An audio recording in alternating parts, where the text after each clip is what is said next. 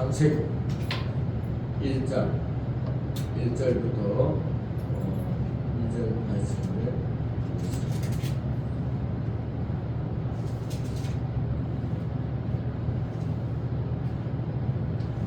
태초에 하나님이 천지를 창조하시니라. 땅이 혼돈하고 공허하며 흑암이 깊음 위에 있고 하나님의 영은 수면 위에 운행하시니라. 하나님이 1절 2절만 말씀을 보겠습니다. 오늘부터는 창세기에서 계시록까지 쭉 한번 이야기를 해보겠습니다. 창세기는 시작에 관한 책이라고 이야기하죠. 구약과 신약의 기초가 되는 이야기입니다. 창세기는 하나님이 세상을 창조하실 때부터 시작해서 이스라엘의 족장인 요셉의 죽음으로 마칩니다. 우주의 탄생으로부터 시작하여 한 인간의 죽음으로 마치는 것이 창세기입니다. 창세기는 1장부터 11장, 12장부터 50장까지는 족장 시대로 이어지고 있습니다. 창세기 이야기를 제가 많이 하는데 그만큼 창세기가 중요하다는 것입니다. 창세기는 히브리어 제목으로 첫 단어에 따라서 태초로라고 지어져 있습니다. 한편 헬라어 번역본 제목은 게네시스인데 그 단어는 발생, 기원, 근원, 온천, 출생, 혈동 등 다양한 뜻을 가지고 있으며 여기에는 모든 것을 기원을 의미한다고 합니다.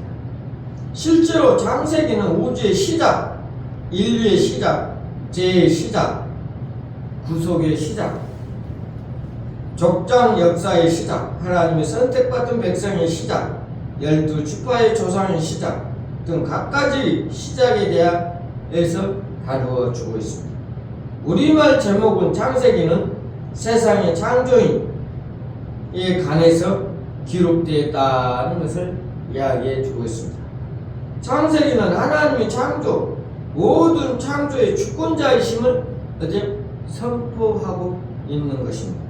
그 중에 인간은 특별하게 창조되었음을 강조합니다. 어떻게 인간은 창조되었습니까? 하나님의 흙으로 만드시고 하나님의 형상대로 창조됐다고 했습니다. 특별히 사람에게는 코에 생기를 부어 사람을 창조했습니다. 그리고 창조할 때 시기를 보면은 모든 것을 6일 동안 다 만들어 놓고 마지막에 동물과 사람을 만들었습니다. 창세기는 하나님의 모든 창조주의 주권자이심을 선포한 동시에 그 중에 인간은 특별하게 창조되었음을 강조하고 있습니다. 하나님은 자신의 형상에 따라 인간을 창조했다고 성경에는 나오고 있습니다.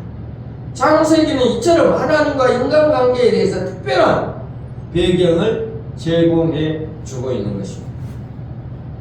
그러기에 인간은 신분, 남녀, 인종 관계없이 중엄한 존재입니다. 이것은 고대 근동 메소포타미아의 창조론과 대조가 되는 것입니다. 그들은 신화에서는 인간의 존엄성을 부여되지 않기 때문입니다.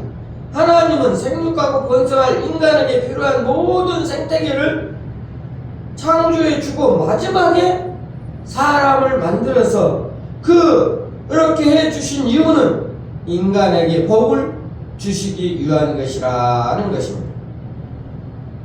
우리 인간은 하나님께서 복 주기 위해서 만드셨다는 것입니다. 창세기는 또한 죄의 근원에 대해서 가르쳐주고 있습니다. 복의 근원이신 창조주를 거부하고 피조물인 인간은 창조주처럼 되는 욕망으로 자유의지를 사용하여 창조주의 명령을 거역한 것이 바로 죄의 근본입니다. 창세기는 크게 두 가지로 나눕니다. 1장부터 11장까지는 4대 사건에 대해서 나옵니다. 12장부터 50장까지는 4대 족장, 아브라함, 이삭, 야곱, 요셉으로 내려가는 4대 족장 이야기가 나옵니다. 이 부분은 하나님의 말씀으로 우리가 1장부터 11장 말씀은 이전 시대 온 역사를 다루고 있는 이 부분은 하나님의 말씀은 우주 창조하심을 강조하고 인류 전체에 초점이 맞춰져 있습니다. 인류가 어떻게 생육하고 번성하게 됐는가에 대한 기본을 잘 보여줍니다. 동시에 죄와 심판 주제로 나누어집니다. 최초 인류의 죄가 시작함으로 인간은 하나님의 면전에서 어쨌습니까? 쫓겨났습니다. 에덴 동산에서 쫓겨났다는 것입니다. 이후로 인간 세계는 최초로 가인이 아벨을 죽이는 살인 사건이 일어났죠. 그 후로 어쨌습니까? 또 홍수 사건이 일어났습니다. 그 다음에는 어땠습니까? 바벨탑 사건으로 일어났죠. 죄와의 전쟁이 계속되었다는 것입니다. 죄와 함께 죽음의 심판에 불가피하게 되었던 것입니다. 최초의 인류는 에덴에서 추방되었고 가인은 아벨을 죽음으로써 피하는 유리하는 자가 되었고 인류는 홍수의 멸절로 유기를 맞이했던 것입니다. 이렇게 됨으로 바벨탑은 언어의 혼접을 무산시켜버렸습니다. 하나님과 똑같이 되려고 하는 그 마음이 계속적으로 일어났다는 것입니다.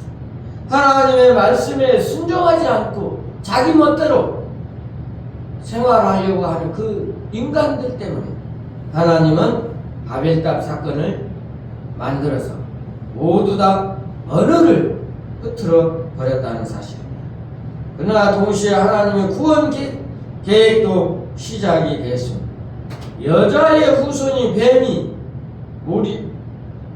몰이 상하게 하고 뱀은 그 발꿈치를 상하게 할 것이라고 창세기 3장 15절은 이야기해 주고 있습니다. 내용은 궁극적으로 인류의 구원자 메시아가 오실 것을 알리는 최초의 복음 또는 온시복음으로 알려져 있습니다. 뱀은 신약에서 사단으로 해석됩니다. 로마서 16장 20절 말씀, 계시록 12장 9절 말씀에 나와 있습니다. 홍수 속에서도 노아의 방주는 구원의 방주로 일컬어지고 있습니다. 바벨탑 사건 속에서 셈의 자손에게 나온 사람이 바로 아브라함인 것입니다. 창세기는 심판 속에 구원이라는 주제로 부각되어 있습니다. 두 번째로 12장과 12장부터 50장에는 족장사를 부르면서 아브라함을 부르는 사건이 일어납니다. 하나님의 말씀의 능력으로 특별한 사람을 택하시고 부르시는 구속사의 구체적인 프로그램을 진행했던 것입니다. 여기에 초점을 맞춰져 있습니다. 우주보다는 지역에, 인류보다는 개인의 초점을 맞추고 아브라함, 이삭, 야곱, 요셉으로 또 야곱의 12아들을 스토리로 다룸으로써 12지파, 이스라엘의 12지파가 탄생되었다는 것입니다. 특히 유다지파, 야곱의 넷째 아들인 유다지파를 통해서 미래의 왕 메시아 구속사가 오실 것을 예언도 포함되어 있습니다. 이것은 아브라함과 하나님의 선택의 백성이 이스라엘을 통해서 인류를 구원하고자 하시는 하나님의 계획이었습니다. 하나님은 최초의 인간을 아담과 하와에게 주셨던 번성과 복의 축복을 아브라함을 부르시고 약속하신 언약 속에서 변함없이 반영했던 것입니다. 아브라함의 자손은 번성하여 복을 받을 것이며 그를 통해 모든 족속이 복을 받게 될 것이라고 약속했습니다. 이러한 아브라함과 언약은 창세기 전면에서 흐르는 기본 신앙입니다. 아브라함을 부를 때 뭐라고 그랬습니까? 너는 복의 근원이 될 것이라고 그랬습니다. 너에게 복 주는 자에게 복을 주고 저주하는 자에게 저주할 거라고 그랬습니다. 그것뿐만 아닙니다. 아브라함에는 여러 가지 약속을 해주었죠. 너의 아들을 줄 것이다. 결국 박세의 아들을 주었죠. 그것뿐이 아닙니다. 아브라함을 밖에 나와서 하늘을 보라. 저 많은 별들처럼 너희 자손이 번성할 것이다 하고 또 약속을 해 주었습니다. 인간의 약함에도 하나님은 신실하게 그분의 언약을 이루어 가실 것입니다. 이 모든 것이 인류에게 복을 주시기 위함입니다. 우리도 유다의 자손에게 나오신 메시아를 믿음으로 아브라함의 영적인 자녀가 됨으로써 그 복에 참여할 수 있다는 사실입니다. 이것이 창세기가 우리에게 주는 메시지입니다. 하나님의 복에 참여하는 우리가 되시기를 바랍니다. 하나님께서는 여러분을 내일 새생명교회를 복 주시기를 원하실 것입니다. 하나님의 말씀에 순종하고 내 마음대로 내 의지대로 살지 아니하고 하나님의 뜻대로 하나님의 말씀대로 살아가는 우리 대림 새생명교회 모든 성도들이 되셔서 복받는 우리 대림 새생명교회 하나님이 원하는 그러한 성도들이 되시기를 바랍니다. 다같이 기도하겠습니다. 하나님 아버지, 오늘 창세기에 대해서 간단하게나마 하나님의 말씀을 생각해 보았습니다. 하나님, 우리가 하나님의 말씀대로 순종하고 하나님 말씀대로 살아갈 때 하나님께서는 큰 축복을 주신다고 약속해 주었습니다. 우리 대림 새생명교회 모든 성도들에게도 하나님의 역사를 감당하는 놀라운 은혜가 되게 하여 주시옵소서. 예수님의 이름으로 기도하옵나이다. 아멘.